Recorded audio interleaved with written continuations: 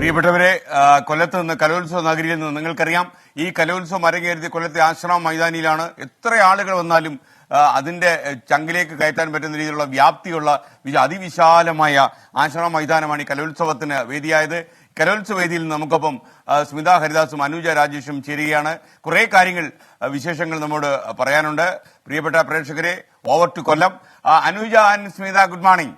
അനുജ, ഞാൻ ഇന്നലെ കുറച്ച് നേരത്തെ പോന്നു അവിടെ നിന്ന്. എന്നാലും ഞാൻ കലോത്സവത്തെ കൃത്യമായി പിന്തുടരുന്നുണ്ടായിരുന്നു. ഇന്ന് പ്രേക്ഷകരോട് നമുക്ക് ഈ പ്രഭാതത്തിൽ പറയാനുള്ള പ്രധാനപ്പെട്ട കാര്യം എന്താണ്? Smitha Haridas, good morning to you also കേട്ടോ. അനുജയും ഗുഡ് മോർണിംഗ്, പറയൂ. Good morning. പ്രവിതയുണ്ട് പ്രവിതലക്ഷ്മി ഉണ്ടോ? അപ്പൊ ഒരു വലിയ ഗുഡ് മോർണിംഗ്. ഇനി അത് കുറയ്ക്കണ്ട.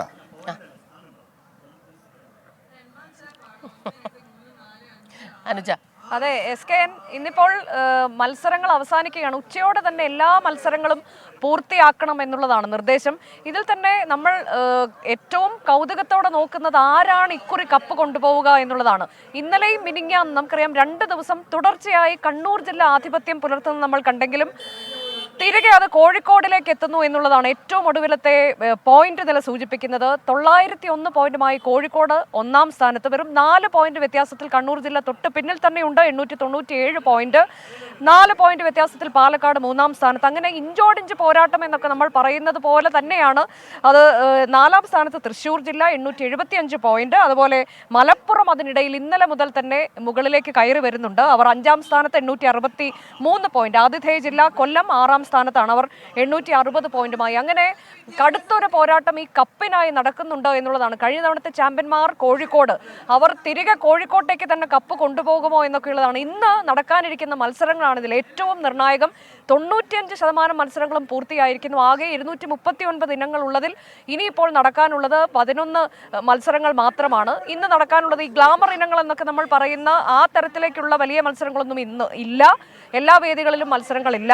നാടോടി നൃത്തമുണ്ട്, അതുകൂടാതെ പരിചമുട്ട്, പിന്നെ western violin, triple jazz, Kerala Natanam, അങ്ങനെയൊക്കെയുള്ള ചില ഇനങ്ങളാണ് ഇന്നുള്ളത്.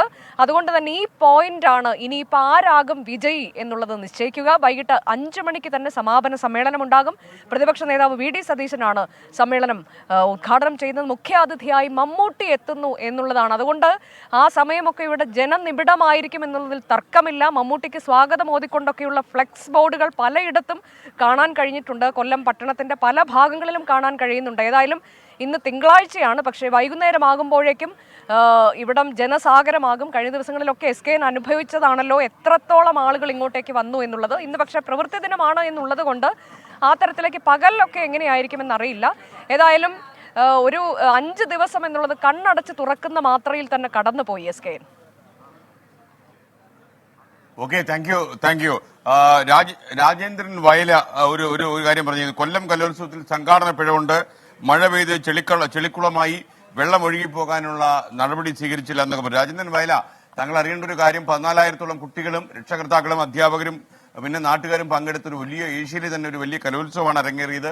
ഇത്തവണ ഏറ്റവും വളരെ കുറച്ച് പരാതികൾ മാത്രമേ ഉയർന്നു കേട്ടുള്ളൂ. മാത്രമല്ല, ഇത്രയധികം കുട്ടികൾ, ഒരു ദിവസം 30,000-ഓളം ആളുകൾ ഭക്ഷണം കഴിക്കുക, അത്ര കൂടുതൽ ആൾക്കാർ ഒരു സ്ഥലത്ത് ഒന്നിച്ചേരുക. അപ്പൊ ഈ ഓർക്കാപ്പുറത്ത് വന്ന മഴ കൊണ്ട് ചില്ലറ പ്രശ്നങ്ങളുണ്ടായി. പക്ഷെ അതൊന്നും ഈ കലോത്സവത്തിന്റെ ശോഭ കെടുത്തിയിട്ടില്ല.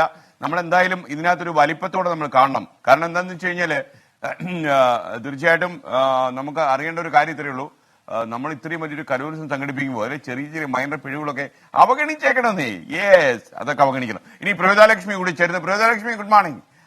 പറയൂ പ്രവിത, ഈ രാജേന്ദ്രൻ വയല പറയുന്നത് പോലെ ഈ മഴ പെയ്തതിനു ശേഷമുള്ള ഒരു അനുഭവം എങ്ങനെയായിരുന്നു? ചെളിക്കുളം ആയോ ആശ്രമ മൈതാനം?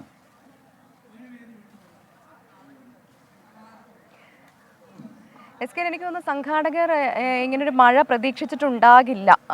അതുകൊണ്ടായിരിക്കണം. മറ്റ് കാര്യങ്ങളൊക്കെ SKN സൂചിപ്പിച്ചതുപോലെ തന്നെ വലിയ രീതിയിൽ കുറ്റം പറയാനായി ഒന്നും ഉണ്ടായിരുന്നില്ല എന്നുള്ളതാണ് വാസ്തവം. പിന്നെ ഇന്നലത്തെ മഴയുടെ കാര്യം പറയുകയാണെങ്കിൽ, ഞാൻ ഗ്രൂപ്പ് ഡാൻസ് കാണാം എന്ന് വിചാരിച്ച് പുറത്തേക്ക് ഇറങ്ങിയ സമയത്താണ് ഭയങ്കര മഴ പെയ്തത്. ആ സമയം ഇവിടെ നിറച്ച ആളുണ്ടായിരുന്നു. പ്രത്യേകിച്ച് സംഘ നൃത്തം എന്ന് പറയുന്നത് എക്കാലത്തും കാണികൾക്ക് ഏറ്റവും പ്രിയങ്കരമായ ഇനമാണ്. ഇവിടെ മഴ പെയ്തു, ആളുകളെല്ലാവരും ഈ ഗ്രൗണ്ടിൽ കൂടി നിന്ന മുഴുവൻ ആളുകളും ഒന്നാമത്തെ വേദിയിലേക്ക് ഇരച്ച് കയറുന്നതാണ് കണ്ടത്. അപ്പം ഞാൻ തിരികെ നമ്മുടെ പവലിയനിലേക്ക് ഓടിയപ്പോൾ അവിടെയും അതിനകത്തും നമുക്കറിയാത്ത ആരൊക്കെയോ കയറി നിൽപ്പുണ്ടായിരുന്നു. കാരണം അത്ര മഴയായിരുന്നു. പിന്നെ ഒരു 1/4 മണിക്കൂർ ശക്തമായ മഴ പെയ്തുകൊണ്ടിരിക്കുകയായിരുന്നു. അത് കഴിഞ്ഞിട്ട് പിന്നെ ഇപ്പോൾ SKN സൂചിപ്പിച്ചതുപോലെ തന്നെ പുറത്തേക്ക് ഇറങ്ങാൻ പറ്റില്ലായിരുന്നു. അത്രത്തോളം വെള്ളം കെട്ടി നിൽക്കുക. അതിപ്പോൾ ഏത് തരത്തിലാണ് അതിനൊരു വഴി സംഘാടകർ ഇനിയിപ്പോൾ മുൻകൂട്ടി കണ്ടിട്ടാണെങ്കിലും ഒരുക്കേണ്ടതെന്ന് അറിയില്ല. കാരണം ഇതൊരു ഗ്രൗണ്ടാണ്. അപ്പോൾ തീർച്ചയായിട്ടും വെള്ളം കെട്ടി നിൽക്കും. അത് സ്വാഭാവികമായ കാര്യമാണ്. പിന്നെ മറ്റൊന്ന്, ഇന്നലെ ഞായറാഴ്ച ആയിരുന്നത് കൊണ്ട് തന്നെ ഇവിടേക്ക് കൊല്ലം ജില്ലയുടെ ഒഴുക്കായിരുന്നു എന്ന് പറയാം. ഇന്നലെ നമ്മുടെ പവലിയന് മുന്നിലും ഒപ്പം മറ്റ് മാധ്യമങ്ങളുടെ പവലിയന് മുന്നിലും മാത്രമല്ല വേദികളിലൊക്കെ നിറഞ്ഞ ആളായിരുന്നു. ഇന്നലെ ഈ ഗ്രൗണ്ടിൽ പൂഴിയിട്ടാൽ താഴാത്ത രീതിയിലായിരുന്നു ആളുകൾ ഒഴുകിയെത്തിയത്. അപ്പോൾ അത്രത്തോളം കൊല്ലം ജില്ലക്കാർ ഈ കലോത്സവത്തെ ഏറ്റെടുത്തു എന്നുള്ളതാണ് മനസ്സിലാക്കേണ്ടത്. എന്തായാലും ഈ പങ്കെടുക്കാൻ വന്ന മത്സരാർത്ഥികൾക്ക് അത് ഒരുപാട് പ്രോത്സാഹനമാണ് നൽകിയത്. ഇന്നലെ അനുജ സൂചിപ്പിച്ചതുപോലെ ഒരു സംശയമുണ്ടായിരുന്നു കൊല്ലത്തായതുകൊണ്ട് ഒരുപാട് ആളുകൾ എത്തുമോ എന്നുള്ളത്. പക്ഷെ അങ്ങനെ ആയിരുന്നില്ല. കൊല്ലം ജില്ലക്കാർ അത് ഈ കലോത്സവത്തെ ഹൃദയത്തോട് ചേർത്ത് പിടിക്കുന്ന കാഴ്ചയാണ് SKN കണ്ടത്. SKNും അത് അനുഭവിച്ചറിഞ്ഞതാണല്ലോ. ഞാൻ നന്നായിട്ട് അനുഭവിച്ചു. ഞാൻ ആൾക്കൂട്ടത്തിലേക്ക് ഇറങ്ങിയപ്പോൾ സമയത്ത് നല്ല ഇടിയുണ്ടായിരുന്നു. ഓക്കെ, അപ്പൊ പ്രവിത, നമ്മുടെ സ്മിത ഹരിദാസ് അവിടെ ഉണ്ടല്ലോ. Smitha, good morning. സ്മിത പറയൂ, അവിടെ തിരുനെല്ലൂർ കരുണാകരന്റെ വീട്ടിലേക്ക് പോയ ഒരു കാവ്യ ആവേശത്തിലാണല്ലോ സ്മിത ഇപ്പോഴും. കൊല്ലത്ത് വേറെ കുറെ കവികളൊക്കെ.